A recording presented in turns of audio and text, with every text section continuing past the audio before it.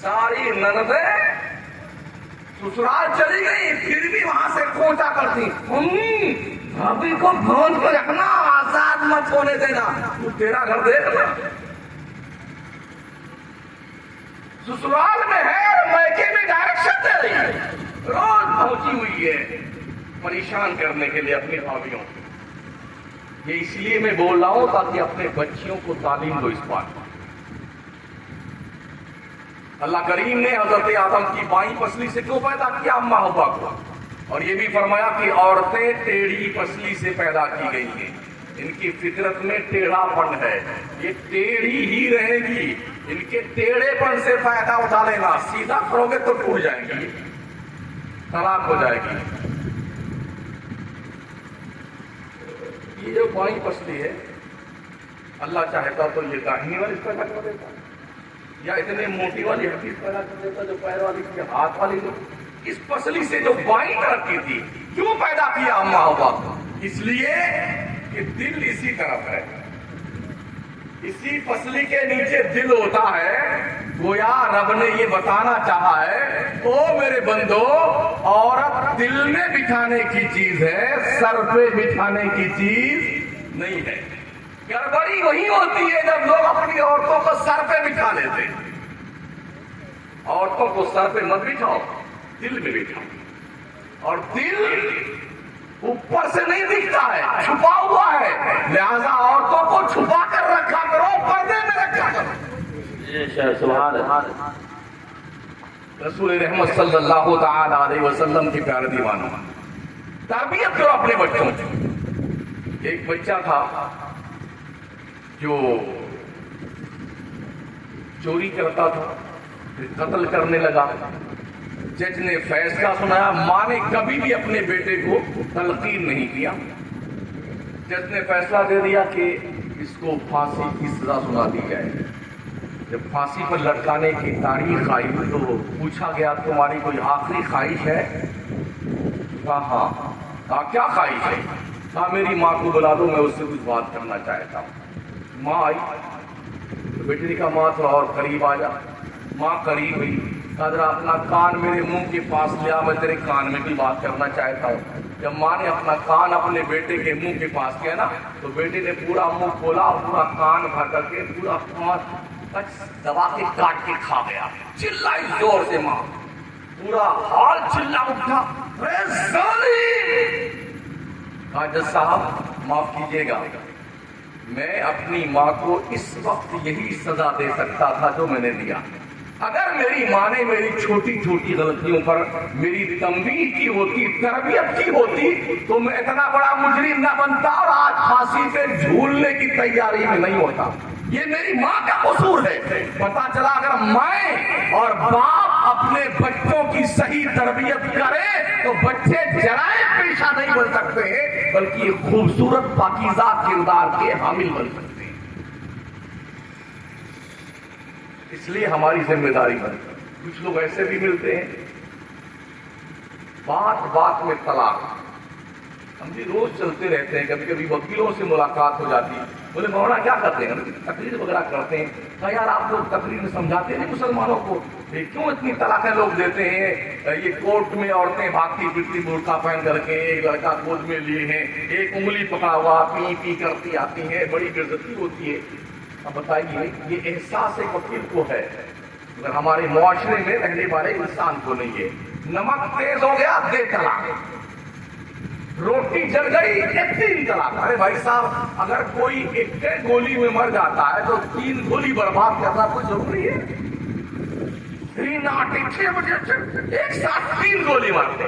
اچھا جب پتا چلتا ہے، جب کسی مولانا کے پاس پہنچتے ہیں اور جب پتا چلتا ہے کہ 3 طلاق دینے کی پرکریا کیا ہے، نہیں حضرت میں نے ایسا نہیں کہا تھا، حضرت میں نے ایسا کہا تھا، اور حضرت میں نے غصے میں کہا تھا۔ اب پتا چلا نا کہ اب کرنا کیا ہے، یوں یوں یوں اور یوں۔ اب پیروں کے نیچے زمین سے نہیں یوں نہیں کہا تھا، اب غصے میں کہہ دیا۔ ہمارے پاس بھی لوگ آتے ہیں، تو میں نے کہا بھائی ایک بندہ مجھے بتا دو جس کی شادی ہوئی ہو اور پہلی رات اپنی بیوی کے حجرے میں جائے، اپنے شہر کی سب سے بڑھیا مٹھائی کی دکان سے 1 کلو مٹھائی لے کے جائے اور کمرے داخل ہو، کمرے میں السلام علیکم بیگم، آج میں بہت خوش ہوں، یہ بڑھیا والی مٹھائی لے کے آپ کھاؤ اس کو، میں نے تمہیں 3 طلاق دیا اس بیٹی نے۔ یہ بھی کوئی بات ہے؟ ہم نے کہا کوئی خوشی میں طلاق دیتا ہے؟ طلاق تو غصے میں آدمی دیتا ہے، اور طلاق کے جب غصے میں آدمی ہوتا ہے تو صرف طلاق ہی یاد آتی ہے اور کچھ یاد نہیں آتا ہے۔ اس لیے دین سیکھو، دین۔ آج جو لوگ صرف وہابی کرتے ہیں، ان مولویوں کے پاس نہیں، ان مولویوں کے پاس جا کے بیٹھ کے دین سیکھو جنہیں دین کی جانکاری ہے۔ اپنے اماموں کے پاس بیٹھو، ان سے بولو کم از کم نماز میں کسی ایک نماز کے بعد میں ہمیں دین سکھاؤ، کوئی کتاب پڑھ کے سناؤ، دین کی جانکاری دو، تاکہ آپ کی زندگی میں ایسے حالات درپیش نہ ہونے پائے۔ اس لیے میں کہہ رہا ہوں کہ جب زندگیاں بکھرتی ہیں نا، بڑا عجیب حال ہوتا ہے، بڑا عجیب حال ہوتا ہے۔ اس تعلق سے ایک بات میں حضرت امام اعظم سرکار کے استاد گرامی قدر امام اعمش رضی اللہ تعالیٰ عنہ کا واقعہ بیان کر کے میں اپنی گفتگو کو پوری کرتا ہوں۔ کسی پڑھی لکھی لڑکی کی شادی بھینس چرانے والے سے مت کر دینا، یہ دھیان رکھنا۔ امام اعظم کے مسلک کی روشنی میں مسئلہ کفاءت ہے، کفو دیکھا جائے۔ کسی کالے کلوٹے لڑکے کے ساتھ کسی خوبصورت بچی کی شادی مت کر دینا، تھوڑا برقرار رکھنا توازن یار، تو یہ میچ کھاتا ہے، ٹھیک؟ ایسا کرو گے تو معاملہ گڑبڑ ہونا ہے۔ باوجود اس کے کبھی کبھی ایسا ہو جاتا ہے۔ امام اعمش رضی اللہ عنہ ایک دم کالے جیسے غلاف کالا تھا، ایک دم کالے کالے، اور بیگم ان کی اتنی خوبصورت جیسے یہ ٹیوب لائٹ۔ پہلی رات سے جھگڑا شروع ہوا نا اسی بات کو لے کر، تم کالے کالے ہو، میں گوری ہوں۔ جھگڑا پہلی رات سے شروع، 3 لڑکے ہو گئے تب تک جنگ چالو تھی، میں گوری ہوں تم کالے ہو۔ ایک دن بیگم نے کچھ ایسی ایسی بات بول دی تو غصے میں حضرت بھی تھے، حالانکہ محدث ہیں۔ عورت نے کیا کہا ان کے، آج میں تجھ سے پوری رات بات نہیں کروں گی، مجھے قسم ہے اللہ کی۔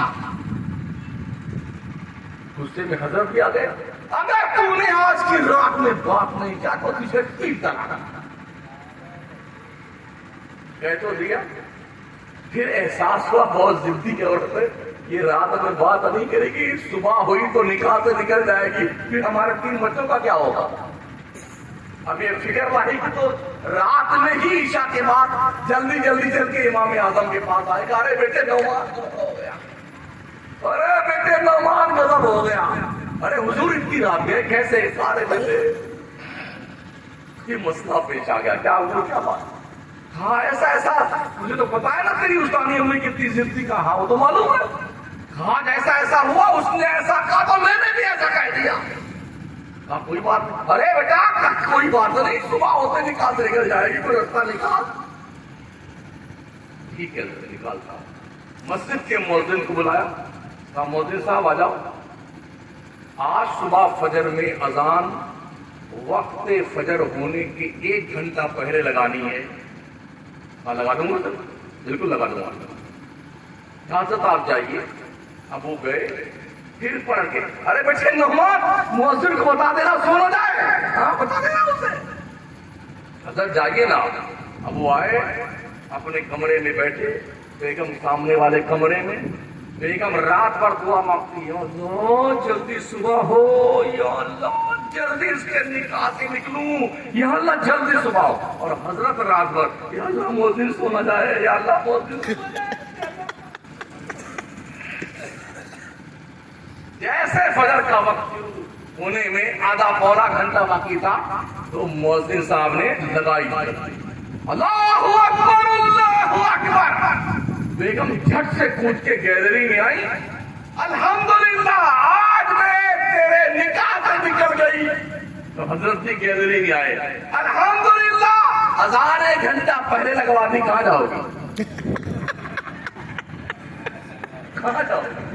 ہم نے یوں ہی امام اعظم نہیں مانا ہے.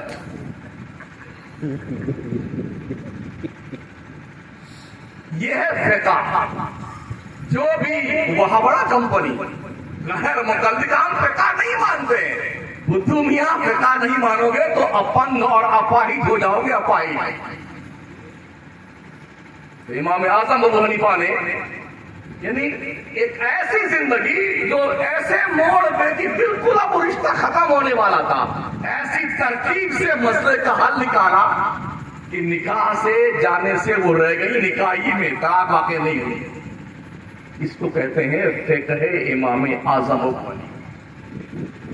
مسائل سیکھو، دین سیکھو، اخلاق سیکھو، چھوٹوں سے پیار کرو، بڑوں کا ادب کرو. اور سنیوں 5 وقت کی نماز پڑھو. ہاں، صرف تازیہ بازیہ بنا مت کرو. اب پورا علاقہ ہمارا اب تازیے میں، کچھ تو ڈھولکیاں مولوی بن گیا ہے. جی ڈھولک بجا، ڈھولک بجا لو. کمال. حیرت ان اندھ بھکتوں پر ہے جن کی آنکھوں سے پٹی اب تک نہیں اتری ہے. اسلام میں ڈھولک بجانا جائز ہے؟ تازیہ، قوالی، ہارمونیا، جھنجھنیا، ٹنٹنیا، تاشا، ڈھول اسلام میں جائز نہیں، ناجائز، گناہ کبیرہ. اونلی دف.